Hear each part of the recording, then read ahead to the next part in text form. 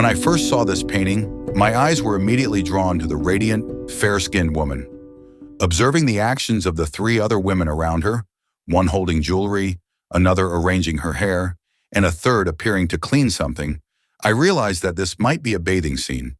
Why did Artemisia Gentileschi, the pioneering Italian painter of the Baroque period, choose to capture this moment?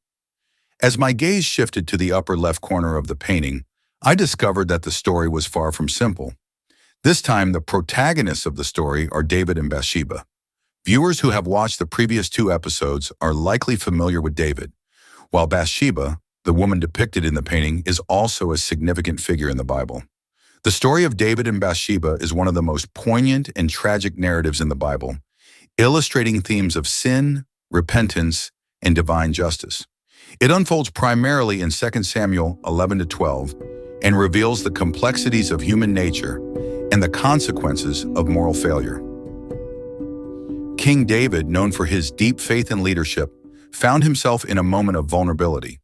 While his army was engaged in battle, David chose to remain in Jerusalem. One evening, he walked on the roof of his palace and noticed a beautiful woman bathing nearby, Bathsheba, the wife of Uriah the Hittite, one of his loyal soldiers. Despite knowing she was married, David summoned her to his palace, where they committed adultery. Shortly after their encounter, Bathsheba sent word to David that she was pregnant. Faced with the consequences of his actions, David devised a plan to conceal his sin. He called Uriah back from the battlefield under the pretense of wanting a report on the war. David hoped Uriah would go home and sleep with Bathsheba, thus providing a cover for the pregnancy. However, Uriah displayed remarkable integrity. He refused to go home while his fellow soldiers were still fighting, choosing instead to sleep at the palace entrance. Frustrated by Uriah's loyalty, David resorted to more sinister measures. He instructed Joab, his military commander, to place Uriah on the front lines of battle, where the fighting was fiercest, and then withdraw support from him. This treacherous act led to Uriah's death in battle. After Uriah's death, David married Bathsheba, believing he had successfully hidden his sins. God sent the prophet Nathan to confront David about his sins. Nathan approached David with a parable about a rich man who stole a poor man's only lamb. Angered by this injustice, David declared that such a man deserved to die. Nathan then pointedly declared, "You are the man," revealing that David was guilty of taking Uriah's wife and orchestrating Uriah's death. This moment marked a turning point for David. He realized the gravity of his actions and acknowledged his sin against God. David's response was one of profound remorse. Nathan assured David that while God had forgiven him, there would still be severe consequences for his actions. The immediate consequence was the death of Bathsheba's newborn son, a punishment reflecting the seriousness of David's sins. Furthermore, Nathan prophesied that violence would plague David's household for generations.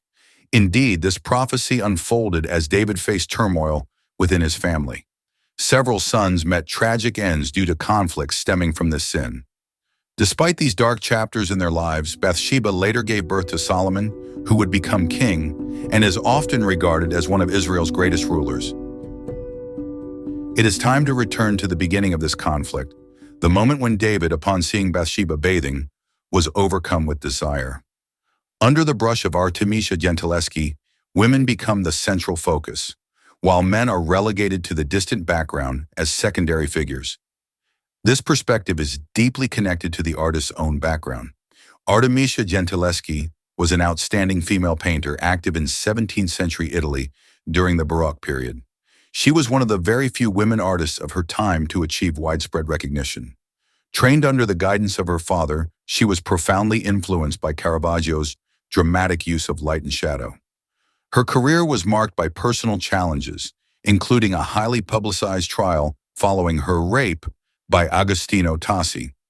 However, she later established herself as a trailblazer for women artists in a patriarchal society, earning commissions from across Europe through her exceptional skill and meticulous artistry.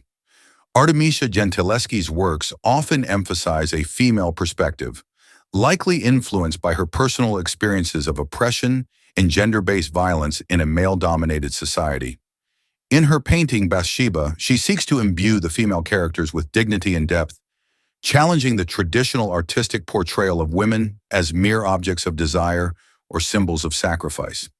This painting depicts Bathsheba bathing, attended by her maidservants, while a subtle detail in the upper left corner, King David standing on the palace balcony and watching, hints at the unfolding events of the story.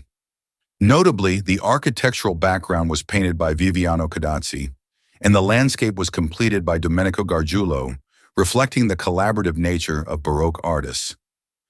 The focus of the painting lies in Bathsheba's serene demeanor. Gentileschi emphasizes her presence and individuality within this dramatic moment, rather than reducing her to a mere object of David's gaze. Her partially nude body is illuminated by soft light, contrasting with the dark background to create an atmosphere that is both intimate and charged with tension. After viewing this painting and delving into the story behind it, I feel a deep admiration for Artemisia Gentileschi. She bravely challenged traditional narratives that objectify women. At the same time, I find myself contemplating Bathsheba, the woman who bore King Solomon. In the biblical account, she appears to derive her importance from her association with her husband and son. However, from another perspective, without her, how could the wisdom embodied by Solomon have been carried forward?